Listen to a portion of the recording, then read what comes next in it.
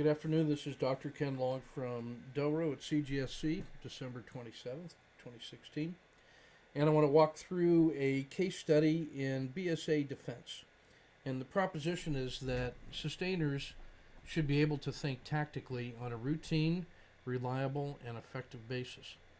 The problem is that combat training centers in the field are reporting that our field grades are lacking proficiency in these kinds of basic tactical processes such as building engagement areas, synchronizing log packs, moving and defending BSAs. We lack a routine, habitual proficiency with time-distance factors and planning. That we are unpracticed in rapid and continuous estimates for both planning and operations. And we attribute the cause of this to the nature of the op tempo and the nature of the mission profiles that we've been conducting for the last 15 years. The Army has been responding broadly with a back-to-basics approach to rebuild proficiency in conventional operations without losing our facility for stability and wide area security. Our proposal is that we can use rapid tactical gaming to gain the kind of stick time and professional experience through visualization and dialogue in order to start buying back some of that capability gap. We have a proven method of doing that using World War II and forward board games, analog, and there are many low-cost, low-overhead, extremely flexible solutions in the commercial world that will allow us to do that. And so for this particular case study, we're going to implement with Panzerblitz from Avalon Hill, a World War II Eastern Front tactical simulation. It was really the original and most popular of the board games from the late 60s and has been a reliable favorite in the wargaming community ever since. It is proven a playable system. It allows three-dimensional simulations. It supports rapid scenario development, visualization, very low overhead. And by focusing on the professional insights that we can gain from those simulations, we can communicate and develop our tribal wisdom. There are supports for a variety of thinking demands in that game. It allows for doctrinal discussions, creative thinking, critical thinking, visualizations, holistic and intuitive processing. The game scenarios are many and easily developed, and they support the making of rapid estimates, problem framing, solution search, and critical thinking.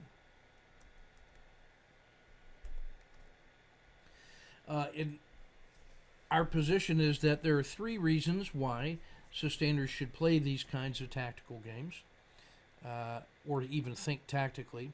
And the first one is to develop proficiency in rapid MDMP, so getting lots of iterations and developing habits of mind and points of view and professional perspectives that allow us to execute MDMP more effectively. The second thing is we want to learn to think like maneuver commanders in order to improve our anticipation, that if we can think like our maneuver brethren, then we can anticipate the kinds of things they're thinking about and we can imagine the support requirements better. And the third thing is that we want to have proficiency in our own tactical approach to BSA defense. So playing tactical games with a reasonable level of fidelity, with lots of professional discussions and connections back to doctrine and practice, allow us to learn through that mode, the third domain of learning, where we combine theory plus personal experience and then simulation and modeling. So as I go through this scenario 1 in Panzerblitz BSA defense, I'm going to be applying these principles. I'm going to try to understand the mission. I want to see myself and the capabilities of my units. I want to see the terrain, understand it, the military effects of terrain on operations. I want to see the enemy and his capabilities and his possible courses of action. I want to be able to visualize how the plan might come together, and then I want to make tentative plans and courses of action that allow me to evaluate different choices. So to begin with, we're going to look at Russian forces conducting a rear area raid from July 1944 is the year. And this was a year on the Eastern Front where Russian cavalry and tank groups had been able to penetrate German rear area installations. And this one is going to be an attack on a combo center. We're going to treat that as a brigade support area because the scenario really supports that well. So we have a variety of Russian forces. We have 4 cavalry units. And as you look at these symbols, you'll see there's 4 numbers. It goes from left to right and top to bottom. 10 on the attack, a range of 3. It's an infantry weapon.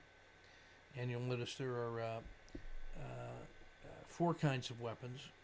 There's infantry, direct small arms, anti-armor in an A. Mortars and howitzers are these indirect fires, and they're taken together. And then some more infantry, armor, and then just a transport. So we have an attack of 10, a range of 3, a defense of 8, and a movement of 3. And we have, the Russian has 4 cavalry units. He has 1 company-sized element, a 40 millimeter anti-tank weapon, has no movement, attack of 7, range of 3, defense of 3, 0 movement. He has a 82 millimeter company mortar, an infantry mortar, attack of 2, range of 12, defense of 3, movement of 1. He has 1 76 millimeter howitzer, attack of 3, range of 10, defense of 2, movement of 0. So he's going to need transport, much like this gun. He has submachine gun companies, attack of 8, range of 1, defense of 12, and movement of 1 is 2 of those companies. He has 3 companies of T-34Cs, attack of 12 with an armored gun. He's got a range of 6, defense of 9, and a speed of 11. He has an assault gun, the Su-76, attack of 12, range of 5, defense of 9, movement of 9. And he has 4 wagon units, no attack or range, a defense of 1, and a movement of 3. That's a unit that can move these other units that don't have any movement capability or are slow like the infantry. These infantry units can also ride on tanks. The German is going to be setting up on defense, and we have 3 boards, 1, 2, and 3. He's going to set up on board 2, and he's essentially going to have a brigade support area. He has 3 command posts, 3 security platoons, 2 engineer platoons, 2 submachine gun infantry companies, 2 50 millimeter anti-tank guns, attack of 8, range of 5, defense of 3, and so forth. He has 2 tank killers, these awesome 88 anti-aircraft guns that have been used by the Germans in a direct fire anti-tank mode, attack of 20, range of 20, defense of 1, and a movement of 0. So that's the big tank killer, reach out and touch at a distance. He has 2 20 millimeter howitzers, attack of 4, range of 10, defense of 1. He has 1 quad 20. It's 4 20s put together. That's a range of, or an attack of 14, range of 10, defense of 1, movement of 0. He has 3 fortifications. Each one has a defense of 40. It can host up to 3 units inside, and it gives them the equivalent of armored protection. So it'll override the scores they have for defense if they're in that fortification. He has 4 roadblocks that slows down the enemy. They have to stop next to it, move onto it, and then a third turn they can move off. And then he has 4 minefields, which will attack units at a 2-to-1, which is a very favorable attack. Under victory conditions, the Russians' goal is to enter the board and destroy German units in the rear. He must destroy 8 for a marginal victory, 12 for a tactical victory, 18 for a decisive, or 16 for a decisive victory. If he can kill command posts, that counts as 5 units for purposes of destruction because of the damage to maneuver command. If the German is able to have only 6 or 7 units destroyed, then he has a marginal victory, a tactical victory only 4 or 5, decisive victory only 2 or less. 10 turns to the game. Each turn models about 6 minutes of tactical fighting. So we're looking at an hour-long raid in this scenario. So the Russian is going to enter from anywhere on the outside of the board, find and destroy German forces who are setting up on the middle board. So let's take a look at the terrain. So what we have are these three map boards taken together. We have brown is hills, oranges are hilltops, green is forest, roads, double white lines, gullies or creeks are these blue lines. We have slopes with these brown spaces. We have slope hexes. That's a thick brown line that governs visibility there in between hexes. We have forests, and you'll notice that we also have some of these have thick green hexes that do not allow for vehicular traffic through a solid green line. We have some swamp area. We have a ford, which is a plain terrain, allows you to cross a river at the plain terrain hex. We have some cities and towns, and gray hex sides is a thick area of the city. And there's another ford right there. Okay, we're not going to try to get caught up too much in the techniques of the game. We're not going to allow rule trivia to disrupt how we play. We're just really trying to visualize here. According to the setup rules, then, the German forces are going to set up on board number 2. Two of the CP units must be in forts. 2 of the forts must be placed directly on numbered hilltop hexes 129 and 132. The third may be placed on any hilltop hex, but at least 3 hexes away from the nearest fort. So as we look at this terrain board here, we're going to notice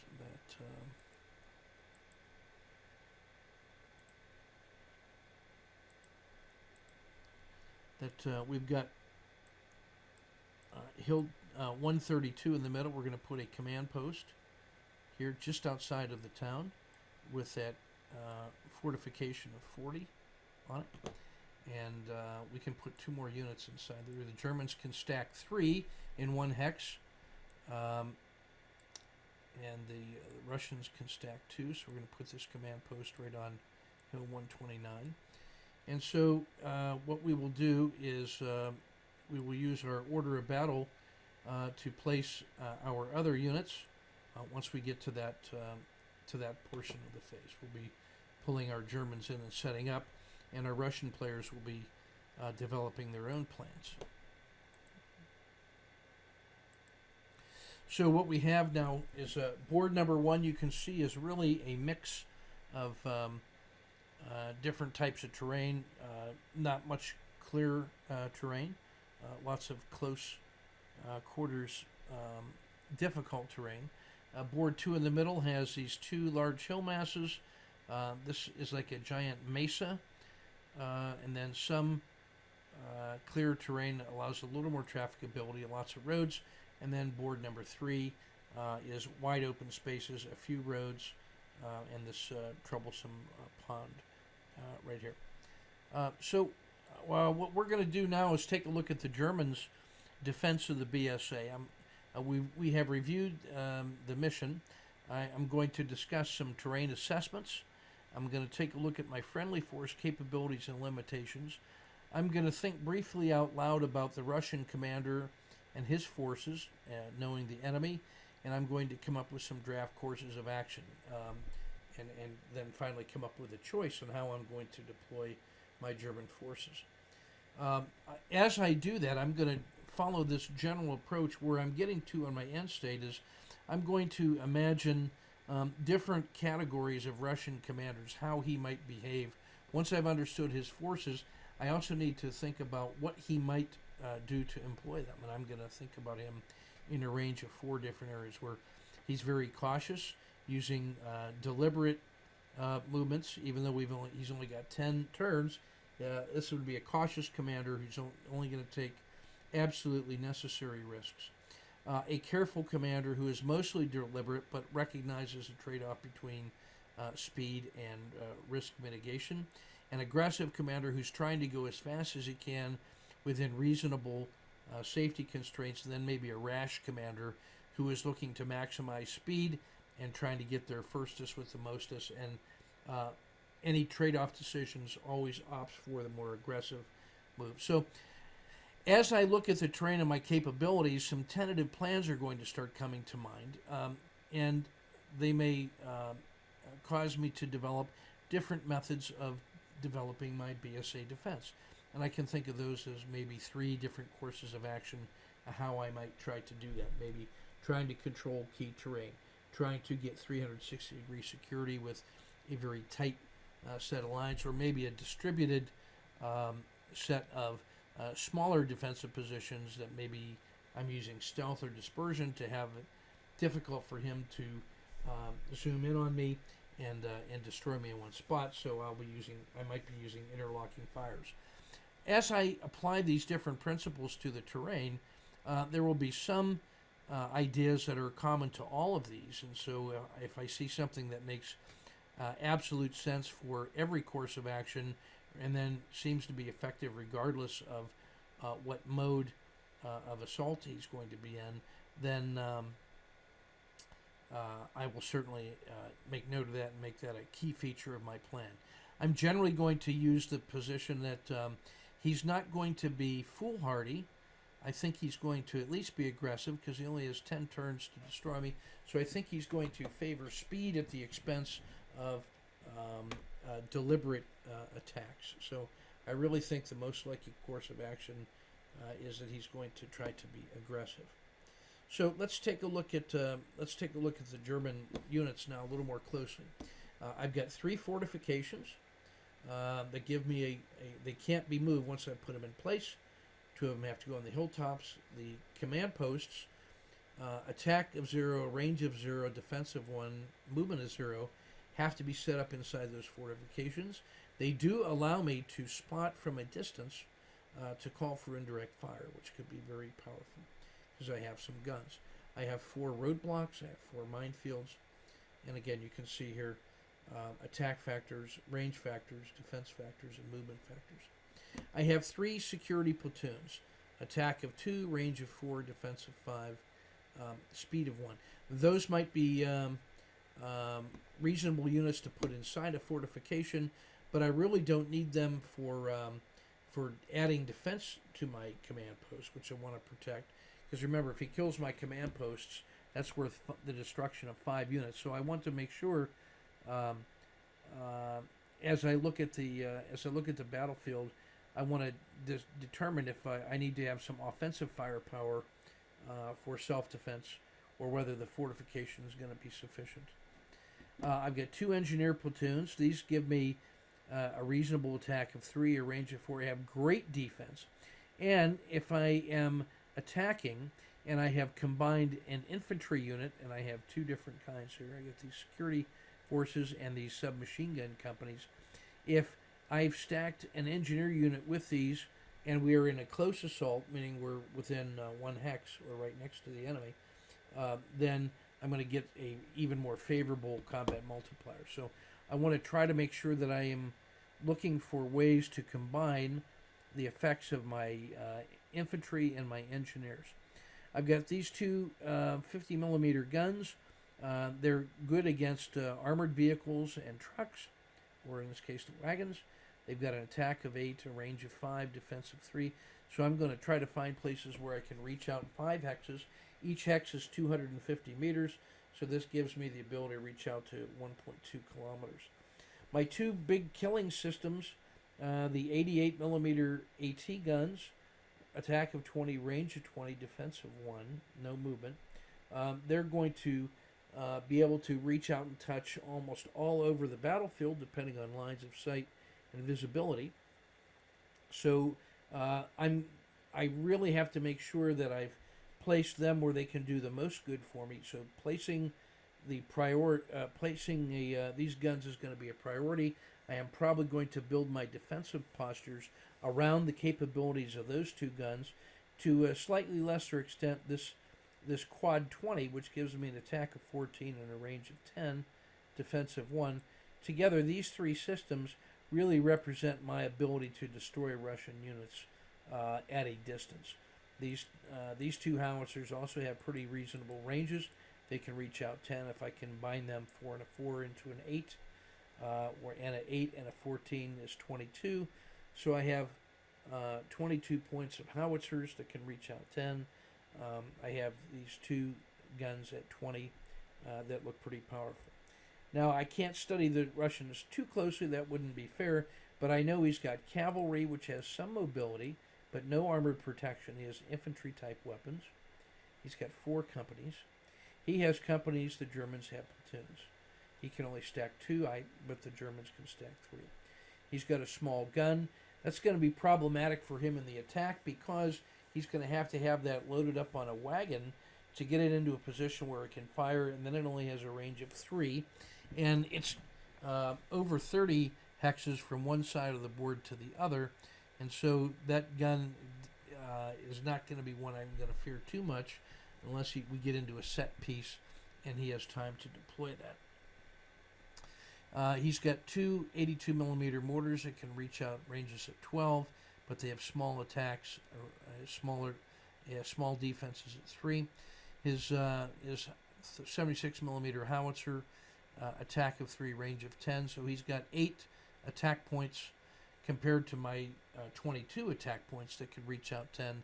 He's got 8 that can reach out 10, and in a couple cases 12. He's got 2 submachine gun companies, terrific on defense at 12, pretty good in the attack at 8 with infantry weapons, but they only have a range of 1, so I have to be worried about them getting into close combat and getting close assault. So if I am thinking about where I want to place my units, I have to be cautious about getting into places where infantry can close the distance without being shot on the way in. So I'll have to look for my movement quarters for that to see how he might get after me with infantry. The ones I'm really concerned about are his 4 companies of armored vehicles. He has 3 companies or a battalion of T-34C tanks, powerful guns at 12, a range of 6, defensive 9, and a speed of 11. Lots of mobility here, and this assault gun is almost as proficient, has a range of 5 and a movement of 9, but otherwise attack of 12 and a defensive 9. So those 4 companies represent a mobile armored threat in the same way that these cavalry, which will fight like infantry, are going to give him some mobility for infantry close assault. So we have some balance here between an infantry strike force and an armored strike force, but his mobility is pretty slow using these wagons for his guns and artillery and these 2 units. So he has 3 different kinds of maneuver elements here: the cavalry, the infantry and assault guns, and then his armored vehicles that I have to be concerned about. 3 conditions of forces. So now let's take a closer look at the map. Now, I've got, as the Russian, I have to set up on, I have to put a command post on hill 129 and 132, but otherwise I have to set up on board number 2 in the middle. Now you'll notice that board number 1 has got all this close terrain, difficult to move, wide open spaces here on board number 3. If this would be an ideal area for me to put my 88s, a tank killing gun, maybe on this side of the hill that could overwatch this entire area. So if he drove through the open, I could smoke him with those big long-range guns. So wide open spaces, a couple hill masses with some open terrain, and then very closely compacted infantry kinds of terrain over here. Now, what I've done is I was really concerned about those armored vehicles that have the movement points of 9 and 11. And so what I've done is I know that the Russian has pretty good intel on me. He knows I'm setting up to defend around this great big hill in the middle, and he has the ability to approach from the north, the west, the south, or the east. He can enter from any one of those sides of the board. And so what I've done is I've taken a look at some movement corridors where if he entered along this road and using the movement point factors for different pieces of terrain, shown how far he can get with his tanks, his 11-point tanks, in simply one turn. So armored vehicles, if you look at the terrain effects chart, these cleared terrains cost 1 movement point to enter, except for trucks, which take 2. These road hexes, regardless of the terrain that they're going through, will only cause you to expend 1/2 of a movement point. To move up a slope costs 3 movement points, but 5 for trucks. Trucks, it takes 2 to go cross country once they get off the road. To enter a gully just takes 1 movement point, but to leave takes an additional 3. So you can see that's going to act to slow down.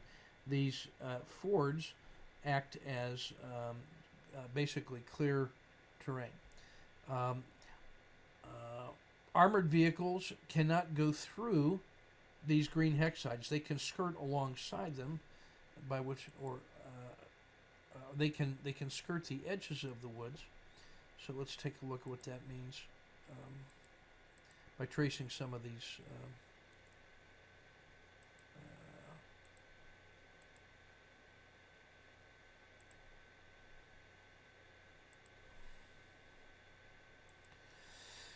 All right, so let's take a look at this northern route, just as an example. Oops, excuse me. This northern route as an example. He would start on any outside edge. Sorry about that.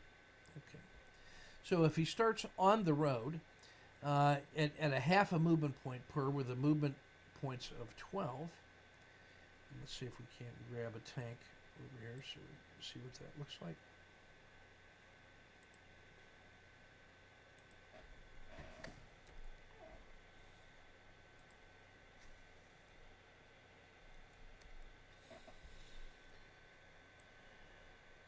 So if that tank started on that square, it takes him 1/2. 1 moving through cities is like moving on a road, so that's 2 movement points.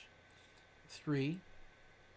Now because he's on a road, he can go through these woods. 4. Now from here, if I was worried about him coming up to attack me on this hilltop, he would go 5, because it costs 1 point to enter a plain terrain. 3 to go up a slope, so it'd be 8. 9. Now you'll notice that at the top of this hill,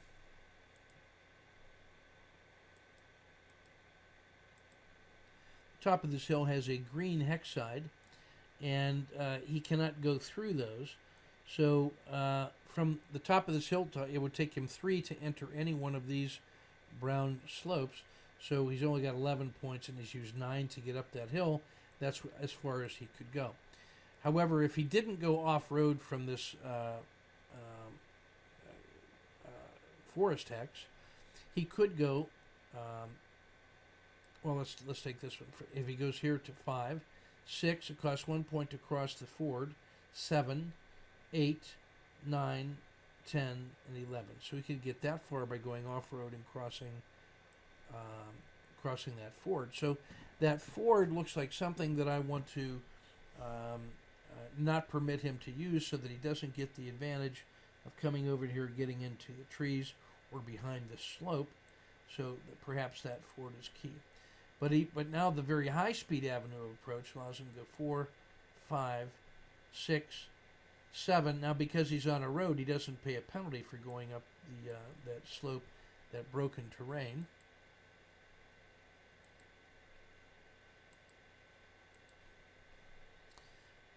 So 7, 8, 9. So in one turn, he could be up here and adjacent to where I have to put my command post. So I've got to be very concerned about that high-speed avenue of approach from the north.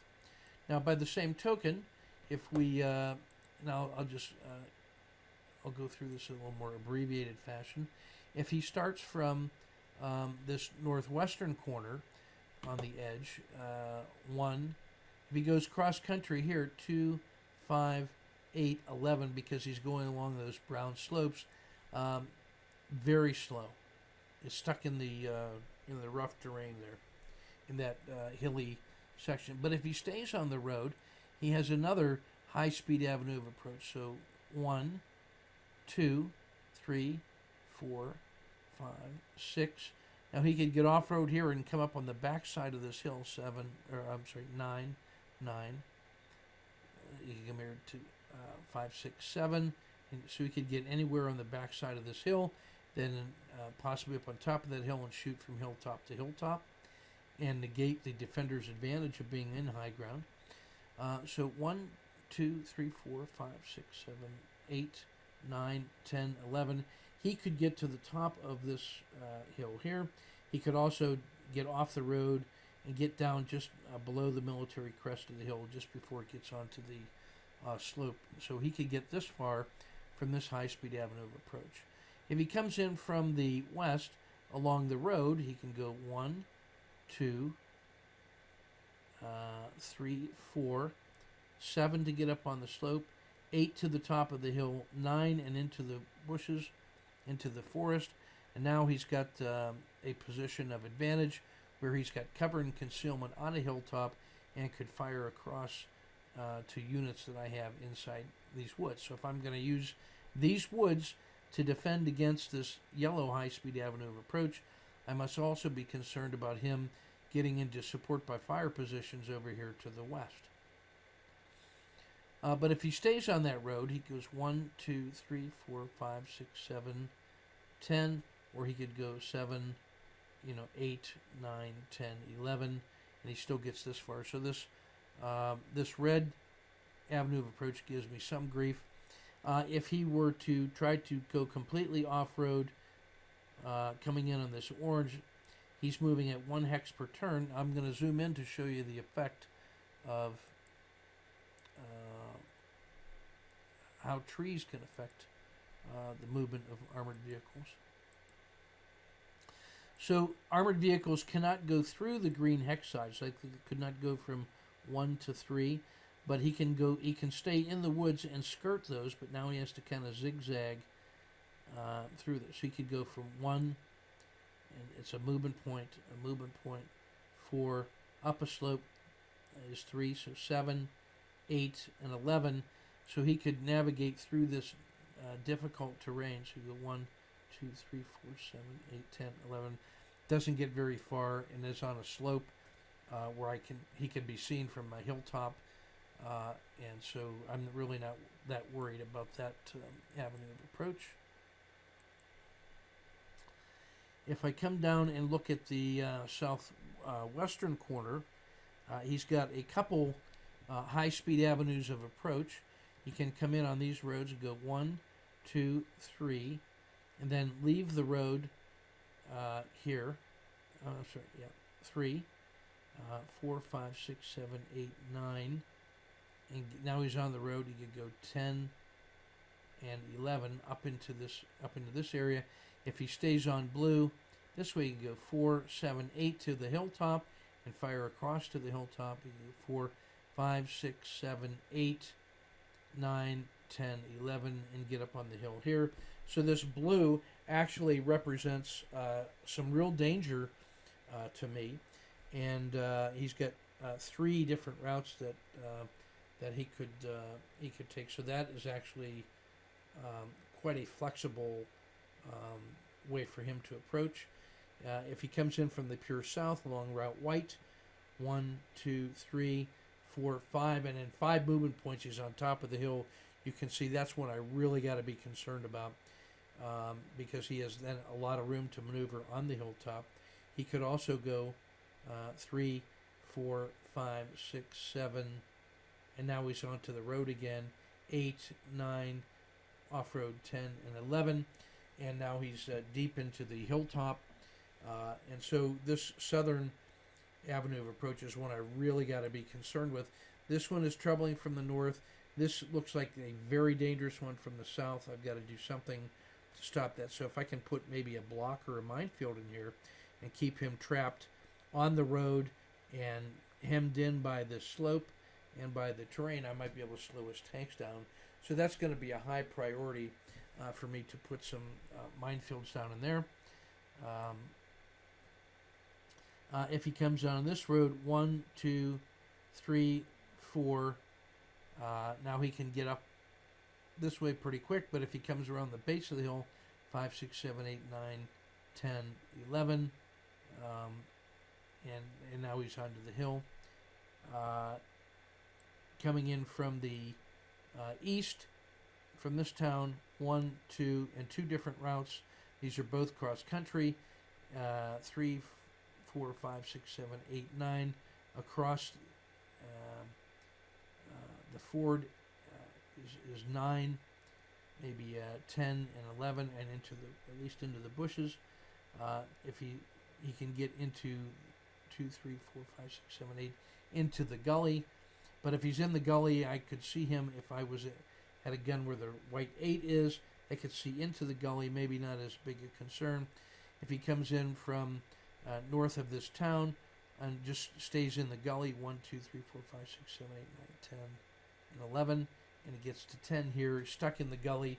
If I have guns along the military crest at the edge of the hilltop, they can see into here as if it was plain terrain, and I should be able to smoke them. So not a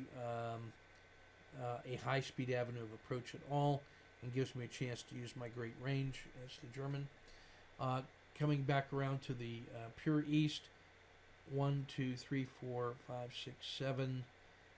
If he comes straight up the hill, 8, and now he's on the hill in 8, so I have to watch maybe this road up onto the hilltop, or if he comes across country, 7, 10, and 11, and now he's up on the hill. If he comes from the northeast, 1, 2, 3, 4, 5, 6, 7, 8, 9, 10, 11, not as great a deal, not as great a worry. If he stops out here in the middle, I'll smoke him from the hilltop if I have guns along with ranges along the edge. So easier to kill if he's out here in the open. And finally, from the blue, if he comes in on the east side of hill 129, he can get up on the hill in 6, or on this side into the woods 7. I've got to be concerned about that because I have to have a command post up there on hill 129. So this is kind of problematic. There's lots of reasonable attack routes in terms of mobility corridors where his tanks can get on me right away. It will take him a lot longer to move his wagon-mounted infantry and artillery and his mortars. So I'm more concerned initially about where his tanks come in, and then I can deal with the second wave of his infantry. Much more likely that he will use infantry coming after my hilltop here because he can get up to me in, even if he's not mounted, he can get up on me in 3 or 4 turns and get after that the command post. So I might have to look at putting some additional support units up in here so he can't just come up and close assault me inside my fortifications with his cavalry and submachine guns. Tank high-speed avenues of approach. Yellow is dangerous. White is very dangerous. Blue is flexible. So I think I'm most worried about the most dangerous is white. Then I think yellow because he's on in 7. White he's on in 5 or 8. So white, then yellow, then blue, then green in terms of danger. And I got to be concerned about him maybe putting that assault gun up in here on that ridge line to fire across. If he thinks I'm going to be in these woods as a way to use my 88s against that high-speed avenue of approach, assault guns from up in here can reach across. Stopping him over here in white is probably more for mortars and maybe some of the shorter range guns, I'd like to use my 88s, I think, the long 20 hex range, to shoot things out in the open and maybe along these higher speed avenues of approach, take advantage of the standoff of the gun. By the same token, I have to look at a course of action that says, instead of trying to interdict him there, maybe a hunker back inside the hilltop, so he has to come up on the hilltop and then concentrate my fires to be able to clear targets along the hilltop and not try to engage him at a distance. Then I have to decide if I'm going to try to get mutual support from this hilltop to my command post over here, or whether I'm going to leave that command post to fend for himself and not try to get supporting fires. So you can see some different courses of action being developed already.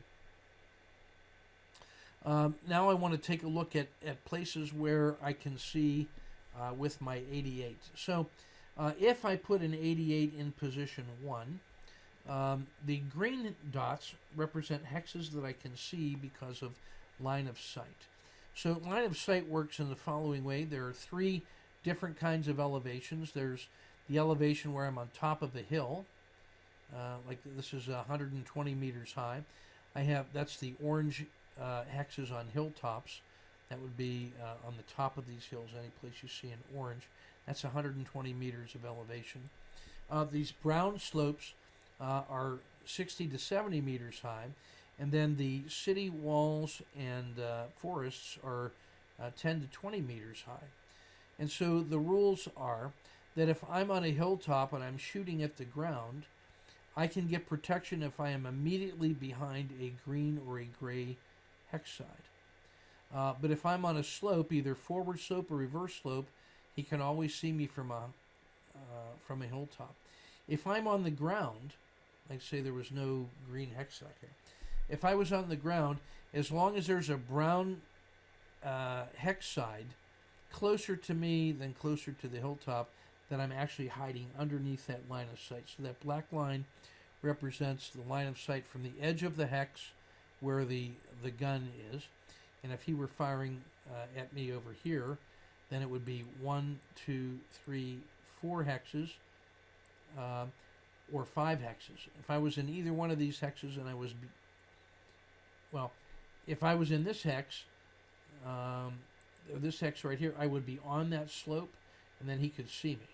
Even though I'm on the back side of the slope, he still is high enough that he can see over the crest and shoot me on that gentle slope.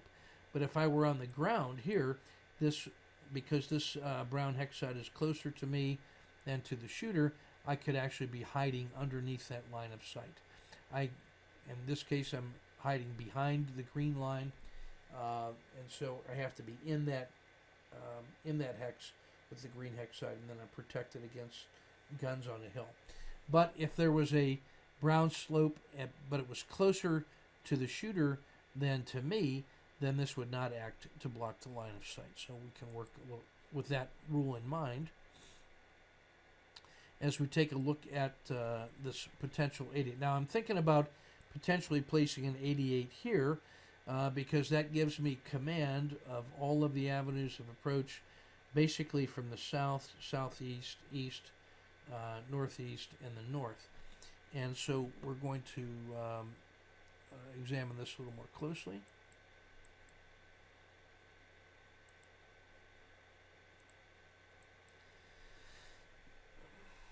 So you can see there are orange hex sides. I cannot see this unit here on 2 hexes away because the edge of that orange is between me at 1 and the guy hiding behind that hilltop, so I can't see red, but I can see this guy here because I'm only shooting through this hex side that I'm on. Doesn't stop me, and nothing stops me from shooting this guy. This hex side blocks me here. I can always shoot 1 hex in any direction. I cannot shoot into the woods, and it's yellow. The yellow means I can only shoot in if I have spotted him. I have to have a unit next to him so I can see where he is in the woods, and then I could shoot from 1 into the yellow. But otherwise, if I don't have him spotted, I can't see him, so I can't shoot him. These green hex sides protect because they're immediately these units in here would be immediately behind them, blocks visibility from the gun into there, even if there's a spotter. Indirect fire, howitzers and mortars could shoot indirectly and land from top to bottom, but a direct fire gun would be prohibited from shooting into there because of the green hex sides. So in the same way, because of these orange hex sides, I can't see any of these guys hiding on the slopes, and then to the south I can't see these guys. These guys on the back side in here I cannot see. I can't see this guy because that green hex side blocks me.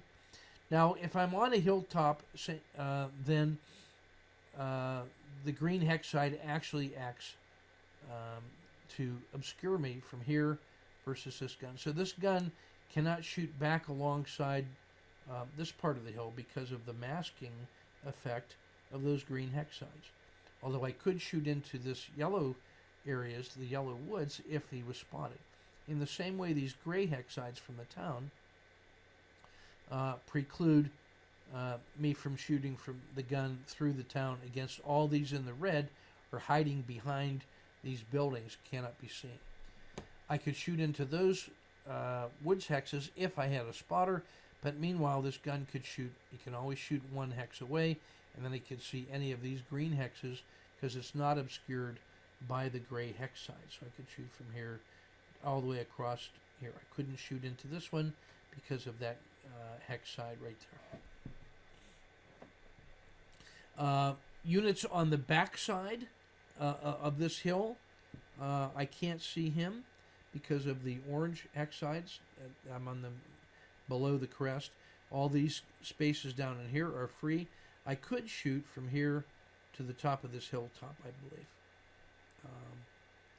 But only that hilltop. Otherwise, I couldn't shoot down in this gully.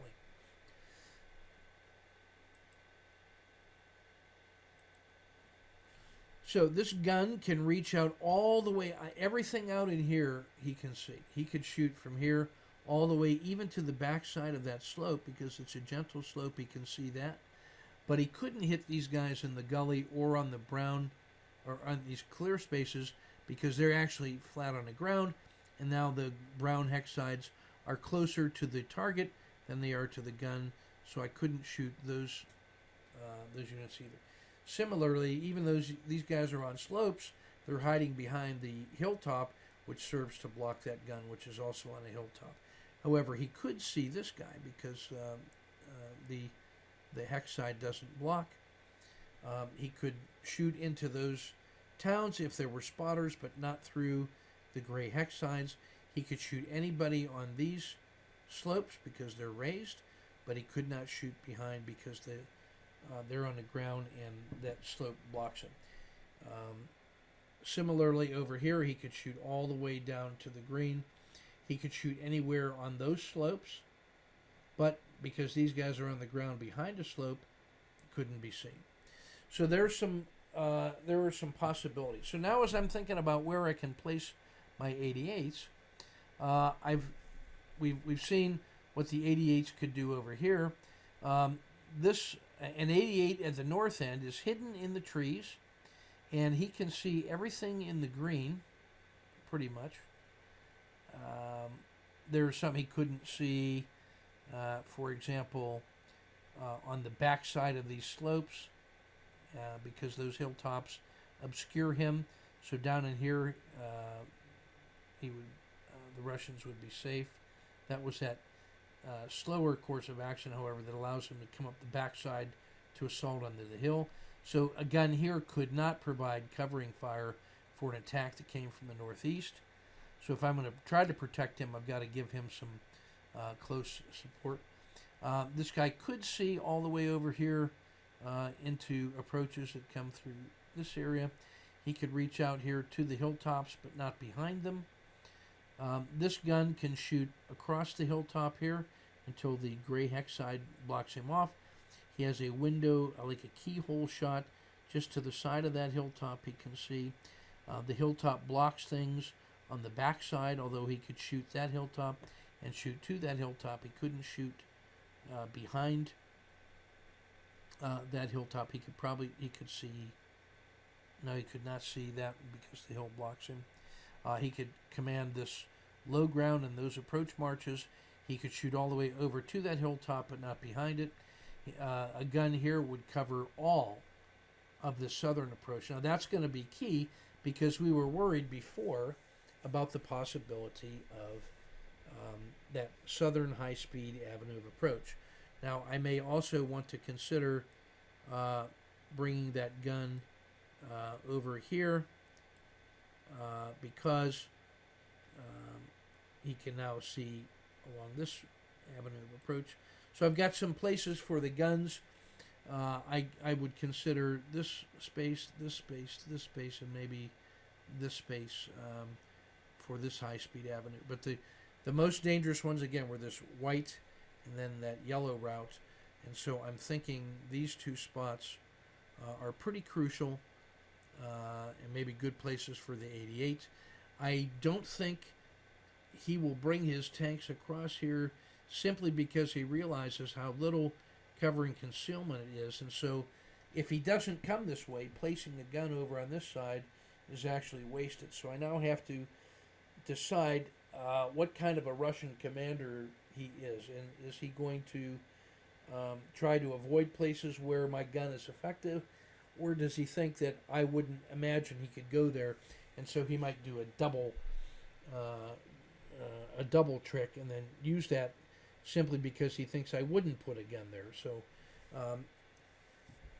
if that happens, I may not be able to kill him up in here, but if I can slow him down on the way he gets up onto the hill, I have to look at garrisoning that hilltop. So as I look closely at this, I now am thinking about some different courses of action. I have to be concerned about how can he attack me and quickly with his tanks. What can I do to shoot his tanks along here? I would need a gun at 7. If he comes up the green, a gun at 7 can see him along in here if I can slow him down. Although he can't shoot back across the hill. And so if I put a gun over here by 4 or 5 or even in the city, that could fire at 11 or towards 9. I might have to decide to pull my guns back closer to the city so I can fight just on the hilltop and kind of hunker in because there are too many avenues of approach that he might use to be effective. So through I might be able to deny easy access up the roads through the use of minefields and make him spend more movement points to slowly get up the hill and maybe give me some time to reposition, although I don't really have the ability to reposition much because my guns are slow, in some cases immobile. So I have to pick these choices wisely. So as I consider different courses of action, I have to now think about, I've thought about the mission, I've reviewed the terrain, I've looked at my capabilities and limitations. Again, my real problem is that I don't have mobility.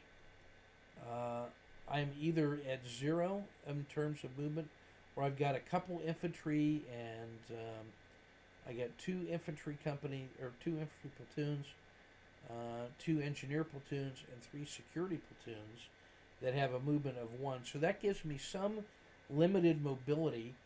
I might need to look at maybe putting some of that garrison over here to protect my my fortification by maybe putting some infantry in these trees to deny these as easy places of access for close assaults. And so, and otherwise my infantry, I think, has to be along these trees or in those trees to guard the approaches to the hill in order to protect my fortifications. I have to put a fort on each of those 2 squares. My second fort, I have to decide where I want to defend. I think I have to be on a hilltop so I get the advantage of defending against units that are coming up slopes. There's an advantage if I can be on the hilltop and he's trying to attack up a slope. So if I can deny the slopes and defend from the high ground, I have some advantages. So my courses of action seem to be, do I want to try to have a tightly knit fires and hunker in near the hilltop, or try to be positioned near the edge and try to kill as much as I can and delay him in the approach marches before he can bring his infantry to bear. He's got those 4 maneuver units that can use these high-speed avenues of approach, but I actually have 8 ways to stop him and slow him down. And so if I count roads up the hill, 1, 2, 3, 4, 5. He has 5 road entrances here. So if I did something like put blocks at the edges of those roads, then I could certainly delay the speed by which he comes into my positions. And so maybe this is maybe a minefield over here and maybe a block here. And then possibly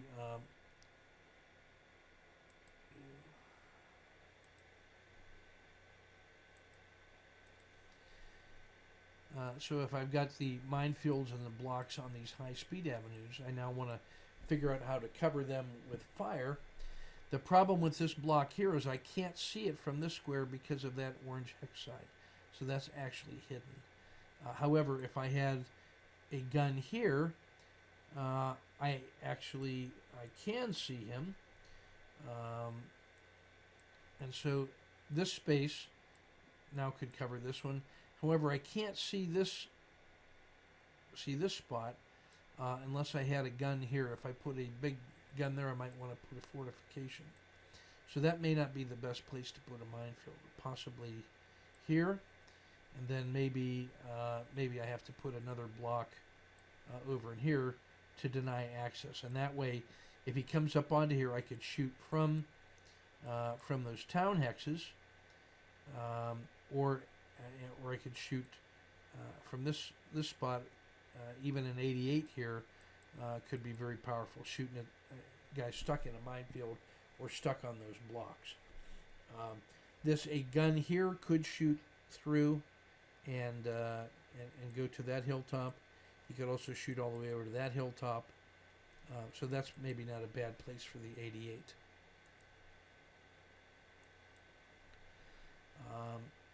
Now, where to place my other fortification, I have to think about on this hilltop in mutual support, or on this hilltop, and then try to surprise him. But if wherever I have 2 fortifications, they have to be at least 3 hexes apart, or 3 hexes between them, so there's got to be 4 hexes away. There's no good place over on this hilltop to garrison. He'd have to be down in the city, and that really commits me to forward deployment. And then if he chose to come in this way, that would be bad. He could be right up on top of me, so I actually have to make him come get me. I don't think I can place him over on this hilltop, so I think I have to be on this hilltop. And then if I'm going to put a gun here anyway, that might be a good place to put a fort and a gun. So if I put my 88,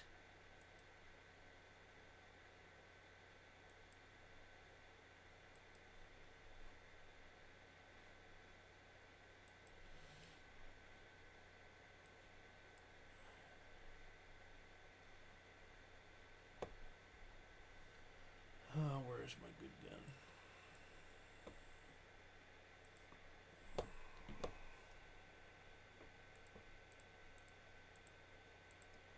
I think I have to have all my guns over on that big hilltop.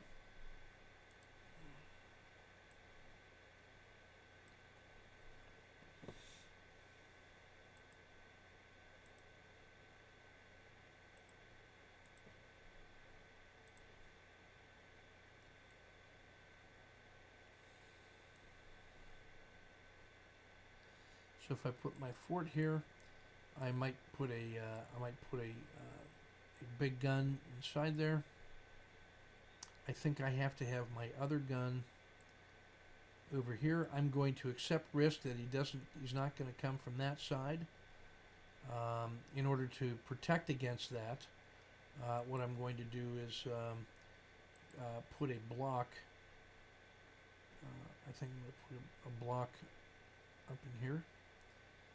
I think I'm going to use this gun. Boy, that's a tough one. This gun right here could shoot this block, or guys into those woods. So I think that's a reasonable place to be. I may also put him, I have to think about him being up here, or even sticking him in here and being able to just clear the hexes. I might use, I think I need to get a, boy, that gun right there now becomes vulnerable, that if he gets infantry into here and then can use a spotter, he's only got a defense of 1. That's not good. So I think what I have to do is put him, I'm actually going to bring him back into the city, because in the city he can use all of the units that are in there, and so so I can put an artillery piece in there. I can use maybe these AT weapons, because they have defenses of 3, and perhaps I'll put a infantry unit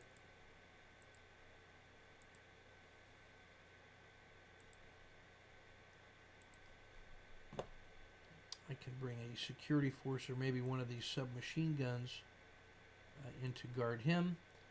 I can put some infantry. I'm going to put some infantry over here in the trees. And I'm just going to bring all these guys over here so we can see them. I think I have to protect this. I'm going to protect him with minefields. I don't want to invest in infantry units to guard him. I'm going to hope that he can survive all on his own and resist damage. I might give him there's not enough. I can't put enough offensive power in there to really deal with if he goes after him with tanks. The only thing I could do would be to put a gun over there, so I'm going to leave him to defend on his own, protect him with minefields. I'm going to bring my other minefield over into here to work with, and my security forces, and I'm going to garrison the rest of the hilltop. And now what I have to decide is, I've pretty much decided I'm not going to try to engage him out in here. I'm going to, I think I have to put a block here.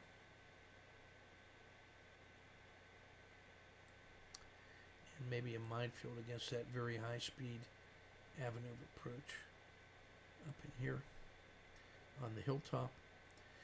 And I'm going to develop the rest of my plan. So my choices in terms of courses of action were to be strong in the north or split my forces north and south. I chose not to do that. To try to kill him at a distance along high-speed avenues of approach. My problem there is that if I put the 88s in bad positions, in other words, where he decides not to attack where my 88s are, then I can't move that gun, and so it becomes useless to me. However, since I know he's going to have to go after this guy, having the gun here on this end of the hill denies this high-speed avenue of approach, provides some supporting fires to the near side of this, to the western side of that mountain, and can shoot anything that comes in through, dismounts through the gullies, and has some ability to reach over into here. So that looks like a good placement for a gun. The second gun I'm going to use to guard the hilltop and use that as the basis of my defense in and around the city. That's what I'm going to guard against. And then and see where he goes from there. So the more tactical placement I will work through and develop this plan further. But now what you can see is I've gone through some mission reviews, some terrain assessment, friendly force capabilities and limitations.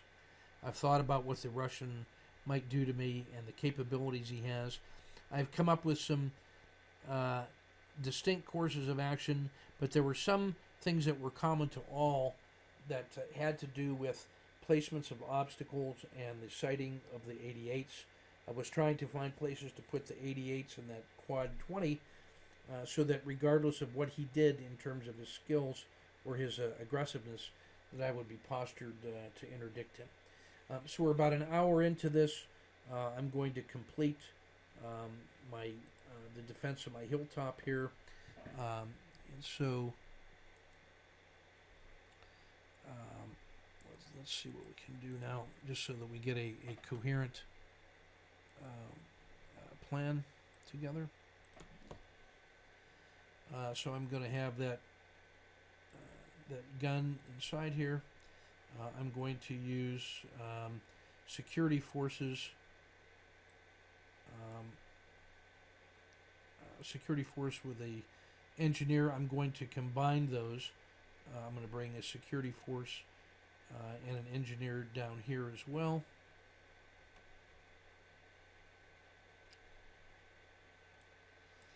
I'm going to bring my command post.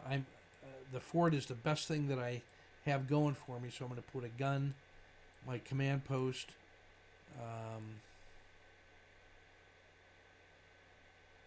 inside that fortification. I'm going to put some howitzers in this area. I'm going to put some infantry along inside the city. I'm going to use that to protect the 88. I'm going to put some howitzers on either side here.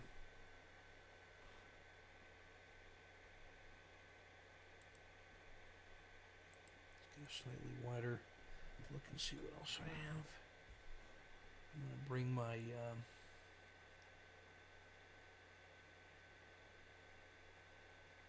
I think I'm going to have my infantry here in this wood, so we can stop this and this high-speed avenue of approach, and then that will make it hard for him to get after my city by coming into those axes, because I will have spotters in there, and that's going to be pretty strong. I have some guys that can shoot that. I have big guns that can shoot against the block in the mines. I've got some protection on the northern side. I've done what I can for my my command post. I've placed my my blocks and my minefields in ways that deny high-speed avenues of approach. I don't know that if I've done enough on this side over here. I'm concerned that I've got almost too much over there. I almost want to switch a block with that minefield. I'm thinking about this instead. But we'll keep that there for right now. And that's going to be my set. And now next is the Russian's going to sort out how he intends to attack, and I'll leave that up to him. Now, there are two ways that we can play this in terms of visualization. One of them is to say that the Russians have done some scouting, and they've been able to radio, and we have some observation from hilltops that tell us where the 88s are and all that stuff. If we wanted to play more advanced, we could play hidden movement, and you would be able to see the fortifications, but not what's inside it. You couldn't see units in trees and cities until they fire, or he had spotters there, which makes it more complex. But in terms of visualization and only at 10 turns, we'll just play it the way that is. So you can use that as a enemy set to work against. And now as the Russians, you got to think about how you can use your capabilities, which include, again, cavalry, which can move 3, a couple mortars a couple mortars that can move 1, 2 guns that can't move, and so they need those wagons to carry them. 2 submachine gun infantry companies that only move at speed 1.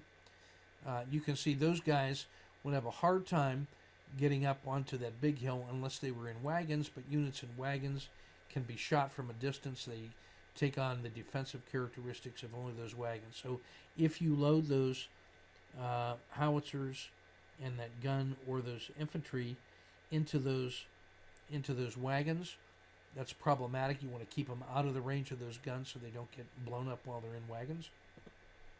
The infantry can ride on the tanks, but they have only a defense. They have their own defense while they're on the tank, and so they can be harmed there. So infantry can ride on tanks. The guns and maybe the mortars go into wagons, and then the cavalry and the tanks can move separately. And so the Russian, in my view, might look at using the cavalry and the infantry and the mortars to go after that northern area and say that's their objective, and then maybe use the tanks to get quickly up onto the hill, and then try to find ways to take out the units inside the fortifications without being shot. This one, there's an area north and an area south, and there's a gun that can support both in both directions. So we'll see how that goes. So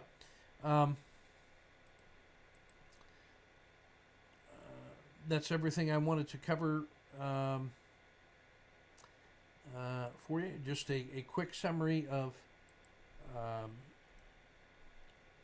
the terrain features that I've described. I'll provide that to you later, and some issues about how we look at those boards, and I will provide those to you as well. But we're into this, and that's a pretty good start. Okay, so this is Dr. Long from Dobro. Thanks for your kind attention, and let's get after these Germans now, and let's defend that BSA. Take good care.